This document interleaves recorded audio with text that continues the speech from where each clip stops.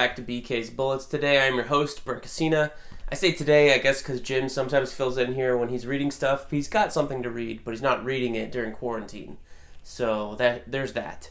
So the last episode we did was, what's on my quarantine reading list? Have I gotten to any of those things? No, I have not. I've been watching Silicon Valley and watching movies with my wife and playing board games and trying to stay sane while working and with the kids at home and stuff like that. But I've been seeing other top 10s going around during this quarantine time, and I figured, hey, I'll do one of mine too. So I put a limit on myself. I said, let's do top 10 graphic novels that I own physically. So I have a bunch of stuff on my iPad that I own that I think is really, really good and really worth recommending. Maybe we can do that in another episode, and I'll really prepare and write out a list, and we'll do it on the iPad or something like that. I have no idea. But if you were to come over to my house and say, Brent, lend me 10 things to read for quarantine, here's what I would give you. Now, some of these things, a few of them Jim has read and reviewed for the channel. Many he has not. So these may be some things that I give to him. But usually if I'm loaning something to Jim, I'm trying to give him something a little more self-contained that doesn't require a bunch of knowledge that he can kind of get into and sink his teeth in and then pull out. Because he hasn't had, a bunch of comic knowledge and stuff over the years like I have. So a lot of these things kind of do. So these are my favorite stories as a longtime comics reader. They may not be the best 10 stories to give to a new comics reader like Jim. So that's why he hasn't read them or reviewed them. So Jim, if you're watching, that's why. But if you want to read some of these, let me know, and they'll be next on the list. We can do a quarantine drive-by when I return your video games and give you some more comics. So these are in no particular order. I said let's pick 10 physical books. A few of them, or actually I think just one of them is one volume or 2 volumes, and then some of them is leads into a series or that kind of thing. So I don't have a particular story from a series. I'm just using the thing to represent the series kind of thing. So first on the pile, we've got Infinite Crisis. This is written by Jeff Johns, art by Phil Jimenez, George Perez, Jerry Ordway, Ivan Rice, and inks all over the place by Andy Lanning. So this is one of my favorite stories of the DC universe. This is the thing that launched the 1 year later. I think it came out in 2006, I want to say. But it has a lot of history to it. No, 2004 or 5? Let's look this up. Anyway, this is the first printing of the trade paperback. This is 2005, 2006. Okay, so this only has Infinite Crisis 1 through 7 in it. I bought this because I was picking up the single issues at the time, and if you recall, Infinite Crisis had a bunch of art delays and stuff, and they printed an issue with an unfinished splash page, and there was just a bunch of red backgrounds and the inks weren't done. This one right here, this is now a beautiful splash page with finished inks and finished coloring, but in the actual issue is pretty sad because only the bottom, the foreground characters were colored in, and the rest of it was just kind of a wash of red. Really jarring to read. Phil Jimenez does the first couple issues with some help from George Perez, but as he got later and later in the schedule, he just had to have some help, so they called in other artists to come in and fill in and finish up some pages.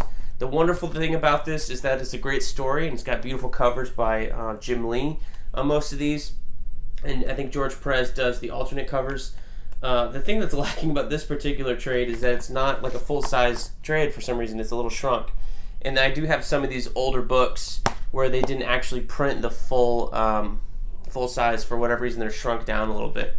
But it's a really good read. I think the caveat is it's a really good read if you're very familiar with the DC universe. And also, reading this event has a lot of homework to do it. There are, 4 other trades? 5, really? I have 6 over there. 7? I have Prelude to Infinite Crisis, which is all the stuff that happened in books before the Countdown stuff happened. And then I have OMAC Project, Day of Vengeance, Rann-Thanagar War, and Villains United. So that's 5 trades right there.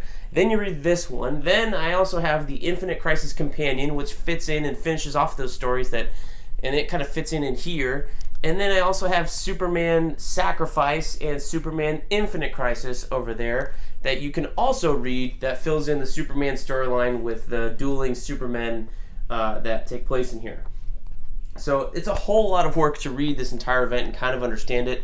Does this one thing work as one book? I think it does. And the other stuff kind of fleshes it out a little bit, but it really jumps off a cliff from like the first issue and dives in from there. But if you don't know what happened before in those other trades, those other 5 trades, you might not understand what is happening. I mean, it starts out with the JLA satellite in tatters, and that event doesn't even happen in one of the trades that I have. So that's kind of confusing it is.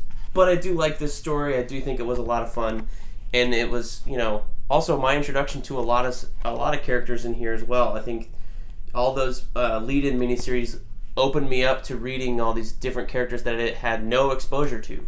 So I love it for that. Second one, since I already showed it, let's do Why the Last Man. This is Volume 1, Unmanned. This is collected in a number of ways right now. They have deluxe editions where it's like 2 trades and 1 hardcover. There's absolutes. You can get the little trades like this. This one was $12.99 at the time. I think this is like the first printing. It's on some older, more matte paper. But this is the first 5 or 6 issues of this 60-issue series. And this one I picked out. That's one of my favorites. I just love this series. I think I've reread it at least 3 or 4 times, the entire run, when I was collecting them. My wife has also read them, which is kind of a rarity. This is one I gave her this and Fables to read, and I think she read all of this, and then we started her on Fables, and she never finished what I have, and I don't even have the entire series. I have up to Volume 12, plus the 1001 Nights of Snowfall graphic novel. So I haven't even finished Fables. But this is a great read. This is about the last man on Earth, basically. And that's the Y chromosome. That's what that is the Y, the last man. So his name is Yorick Brown. He's got a monkey who's also the last male, monkey. And the story is, all the men die in the first issue, all over the entire world, except this one. And we're spend the entire 60 issues trying to find out why that happened and how we're going to basically survive this, because you have a society that's now all entirely women, and some women want to bring the men back and some women don't.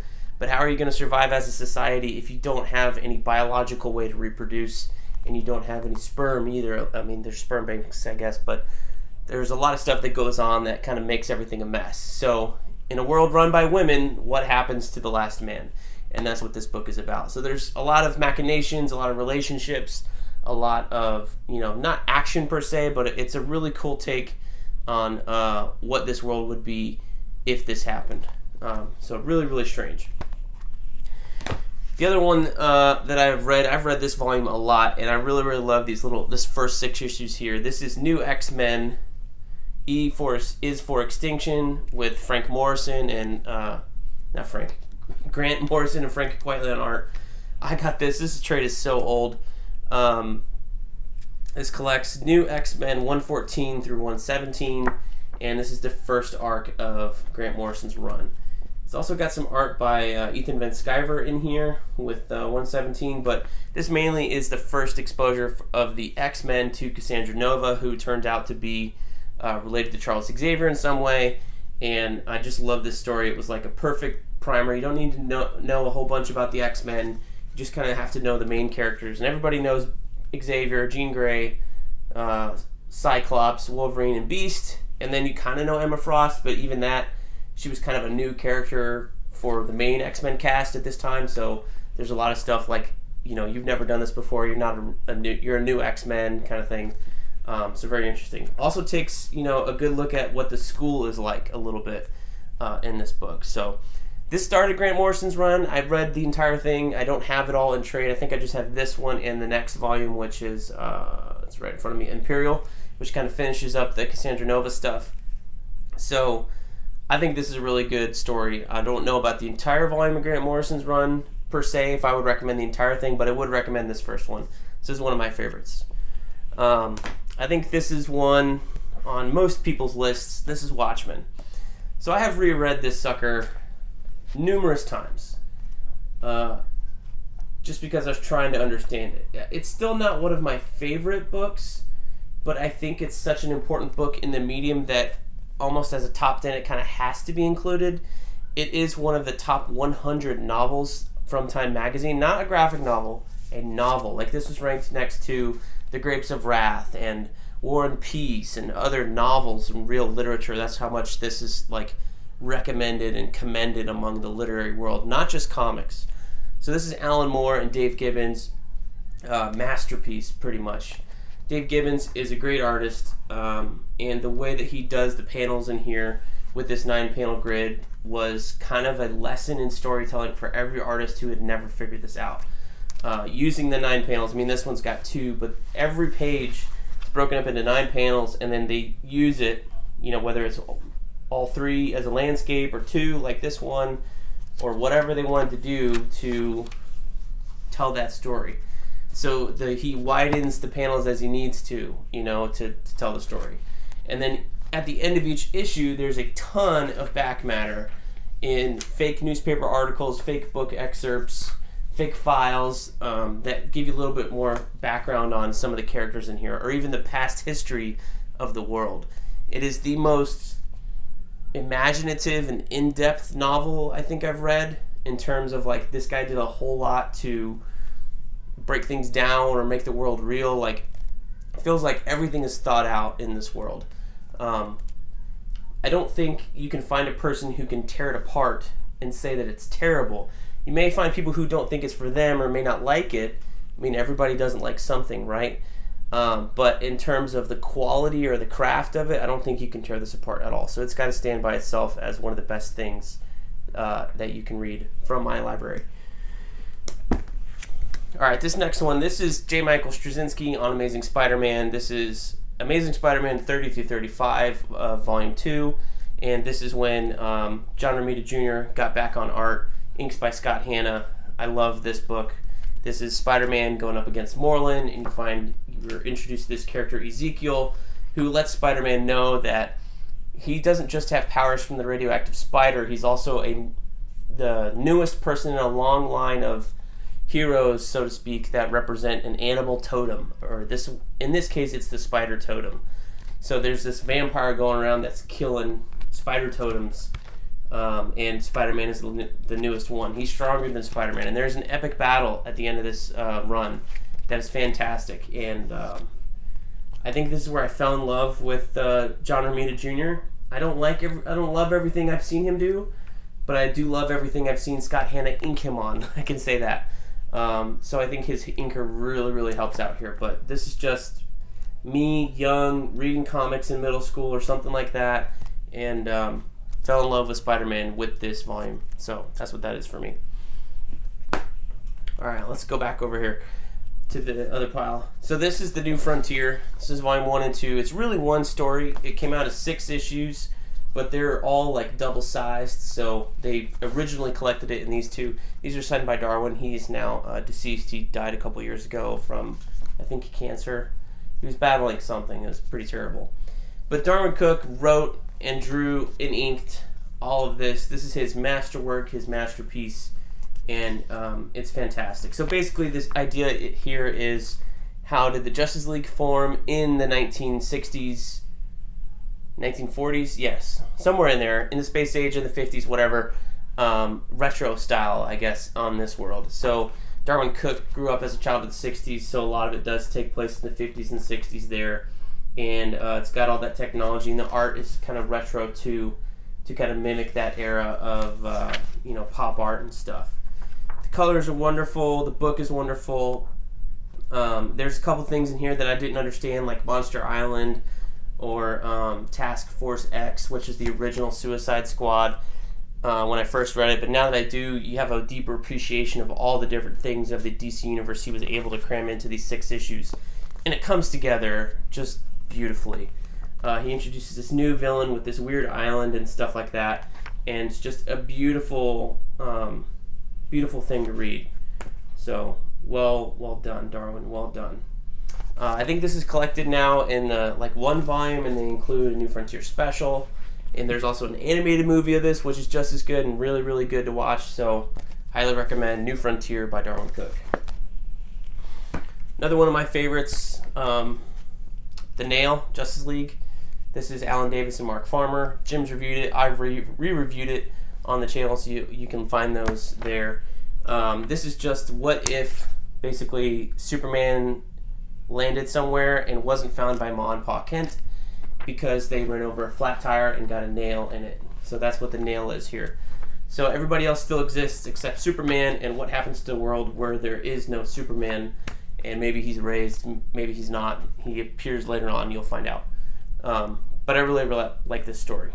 I think it's beautiful. You got Alan Davis on art, Mark Farmer on inks. Alan Davis also wrote it, so I forgot about that. Kudos to him. But it's just classic art. It's beautiful. I really like it. Highly recommend the nail. They have this collected now. It's just the original one with the sequel, Another Nail, which isn't quite as good, but it's also included in like the updated collection. So you'll get this and the sequel to it, where Superman actually shows up in like his S suit and stuff like that. But this is the strongest entry, I think, of the two series. So I was trying to think of, another thing to pick out, and I figured I'd pull this book out because I really enjoyed the series, and although it's a mammoth beast, this is Walking Dead, the first compendium. I have the first two, and then everything after the first two I have on iPad, because that's I read this as two compendiums and then jumped in with the monthlies on my iPad and just kept reading until the end from there. So I've read this one. The spine is kind of curved. I've only read it once, but I remember where I was when I read it because I bought it on travel and kind of read all the way through it within a week. This is 1 through 48 of the series. It's wonderful. It's beautiful. It's got Robert Kirkman, Charlie Adlard on art. Tony Moore's on the first six issues. So the first 6 issues is really detailed art, and then you jump to Charlie Adlard, who's kind of more simplistic and not as detailed. But by the time you get to the end of the compendium, now you're familiar with, okay, here's how Charlie draws this person, this person, this person. Then you're no longer confused about who the characters are. It may take a little bit of an adjustment, I think, but I mean, there's like 4 compendiums now out there, over 100 issues, over 150 issues of The Walking Dead, and it is one heck of a tale. And I love the way it ended, and someday I'm going to go back to the beginning and reread it, and I'm going to go here to the compendium. So if you like The Walking Dead TV show, I think you owe it to yourself to read the books. Jim, this is waiting for you. Maybe this is your next quarantine read, Compendium 1 and 2. I think you'll enjoy them. So these, I guess the last 2 are kind of my 2 all-time faves. I've read these multiple times. I was reading one of these like each and every year. So let's go with this one. This is Batman, The Long Halloween. I think Jim has reviewed it. This is 13 issues. Each one represents a holiday, and Batman's encountering the holiday killer who kills every holiday throughout the course of a year. And it starts on Halloween. So that's kind of where the title comes from. This is Jeff Loeb, back when he still wrote wonderful stories, and Tim Sale at his peak, I think. It's beautiful. I love this story. It's well crafted, well made. It's wonderful. There's things from the Dark Knight movie that showed up, that were taken from this story. The relationship between Batman, Harvey Dent, and Jim Gordon were from here. If Catwoman shows up in the Batman, maybe she'll, pull some stuff from here. The relationship, there's tons of other places they can pull from, but everything, like in my Batman chronology, this is up there right after like Batman Year One because of how early it is. There's no Robin in this book, but this is a wonderful Batman tale. If you're a Batman fan of any caliber, of any color, of any kind, you owe it to yourself to read this if you haven't read it already. So I think my absolute favorite would be this one, Batman Dark Knight Returns. This is a very old printing. This is not what they use to print now for the cover, but this is my copy. I think this is actually the first graphic novel I ever received. I remember getting it for Christmas many years ago. I don't even know when this was printed. This was printed in 96, so I don't know if I got it then. It was probably a couple years after that. But I remember rereading this over and over and over and over and over again. This is Frank Miller at his best. This is Frank Miller's best work. Writing, art, everything is right here. And it's pretty much the best Batman story. I don't think I've read anything that comes close to knocking this off the top. Long Halloween is really good, don't get me wrong. Scott Snyder's Batman run is really good, don't get me wrong. But in terms of, books you can hand to somebody and they say, this is Batman, this is why he's cool, this is one of them, and this is the one that you hand to someone first, and then you follow up with this one. So that is my personal top 10 in no particular order except for the last two. So let me know what you guys' top 10 are, and if you've read any of these, or did you hate anything I picked out, let me know down below in the comments. Like, comment, subscribe, hit that bell, all that nonsense, and we will see you guys next time in the Funny Pages.